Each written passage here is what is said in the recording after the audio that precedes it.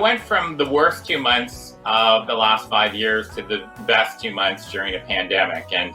And everybody knows what happened in March. And probably, I'm going to say probably 2 weeks after the shutdown here, I'm just outside of Toronto, Canada. I had all my in-person cancellations, were like all my in-person events were canceled for the entire year, including a dream keynote at Walt Disney World in front of 2,500 people, including trips to Boston, to San Diego, to Los Angeles to speak in companies, big global events. And to say that it was devastating was an understatement, John. It was devastating personally, professionally, to my income.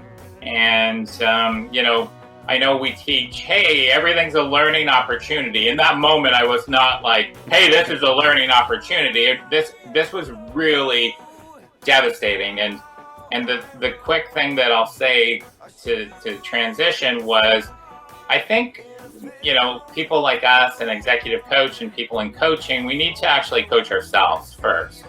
And that day that I found out that everything was canceled to the end of the year, I went downstairs and had lunch with my wife, and very Canadian lunch, a grilled cheese sandwich and tomato soup, and talked to my wife, and I asked for her help. I said, you know what? Me complaining about this and whining stops right here, right now.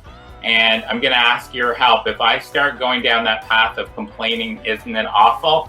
Call me out, because I need to switch to solution mode starting now. Well, good for you. So how did you switch to solution mode? What was the answer to this problem? Well, I don't know if you watch Who Wants to Be a Millionaire, but one of the options is call a friend. And I did. I called a very good friend and business colleague that I respect. And his advice was, Shawn, the next couple months are going to be challenging regardless of what you do. So his advice was to serve the clients and the people that you love, the people that you care about. Just serve them in only a way that you could do that.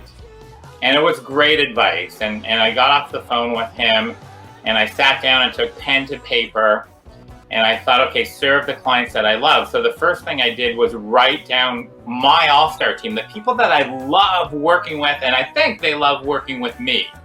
And I wrote them down and identified that. So it was very, very intentional, very targeted. I have a rule, if we don't enjoy our company over a coffee or a beer, we're probably not good. So number one was writing down those people that I really wanted to serve and show up for.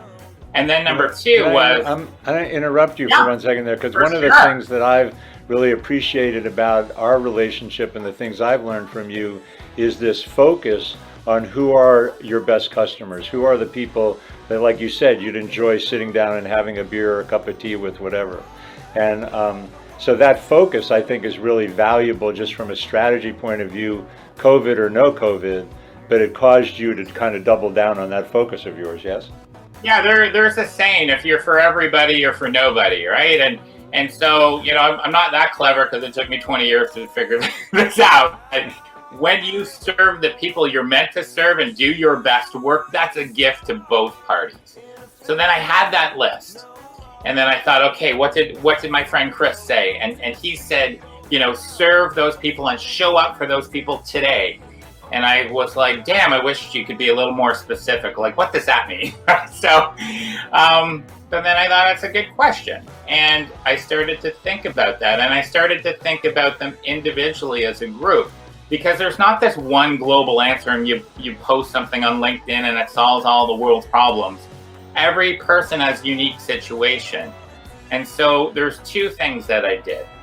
One was I used to do an event in person called Socials with Shawn, and I'd bring my best clients and they could bring a guest, and I'd give them a great event with some food and alcohol, but gave them a coaching experience. I thought, why don't I do that online? And so I went in on the Zoom and opened a Zoom account. I didn't even have a Zoom account. And I thought, well, let's just do this. It was a Friday afternoon. planned it out, sent the invite out for Monday. Hey, why not? What's the worst that can happen? Nobody shows up. 14 people from across North America showed up. We had a blast. I gave them context and fun context on reimagining how they could apply this to their work tomorrow. They were going to be the smartest person in their virtual office tomorrow.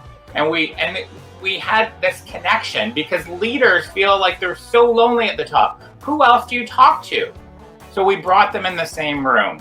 At the end of that, there was no master plan. At the end of that hour and a half, somebody said, when can we do this again? I was like, how about next Monday? Ended up doing that for 6 weeks straight. And that alone served so many of them in unique ways, gave them ideas that they can immediately implement the next day, and actually led to me doing those same sessions with their corporate teams. So that was one way. Okay, and you want to do the second one? I mean, it has to do with the relationships in the breakout rooms. Is that right? That people want to be connected, don't they? People want to be connected, but my 3-step process is I give them context of the conversation. So it would be leadership in challenging times, reimagining words, innovative thinking, whatever. So I give them context and teach. And then with that lens, that fresh context, they apply to their business situation. So it's not me telling them because I don't know. They can apply that context with fresh eyes to their business and then take action the next day. So that was kind of the 3-step while having a lot of fun and maybe having a couple of drinks. So we did have breakout rooms where they were guided, facilitated breakout rooms where they had real conversations with other business leaders that they had a trust factor because I invited them into the room. If you were in the room, you were already, somebody that I know, like, and trust. I have a strong no, jerk policy. So to be part of that community. Very good idea. It was awesome. Yeah, then the second piece, no jerks. No jerks. That's for others. That's for other coaches. So then the second piece goes to you and video. So how could I identify? So I did a whole bunch of things publicly on LinkedIn and all of that sort of thing. But I took out this little camera, right? So no fancy equipment. My wonderful wife, bless her right arm for shooting all these videos. And I shot over the course of a couple of months, I think 127 videos that were targeted to one person. So for example, John, if I was targeting you, I would do a selfie video, or my wife would shoot it and say, hey John, I just wanted to say hi, send my love, I'm thinking of you. And I know your team has been struggling with this one issue. Here's something that you could do today to lead a discussion. So I'd give them one nugget. For my clients in Boston, I would put on my Bruins jersey. I would call people out, and they were personal and they were unpolished and unscripted, and people loved them. They absolutely loved them.